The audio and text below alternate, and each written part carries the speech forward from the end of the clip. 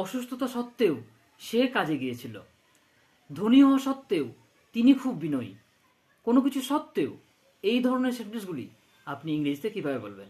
এই ধরনের সেন্টেন্সগুলি ইংরেজিতে বলার জন্য in spite of plus noun or verb plus ING এই স্ট্রাকচারটা আমরা ব্যবহার করতে পারি। যেমন যানজট থাকা সত্ত্বেও আমরা সময় মতো পৌঁছেছিলাম।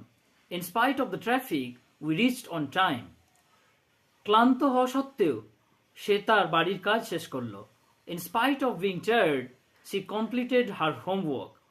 চোট থাকা সত্ত্বেও সে তার দৌড় সম্পন্ন করলো। In spite of his injury he completed the race.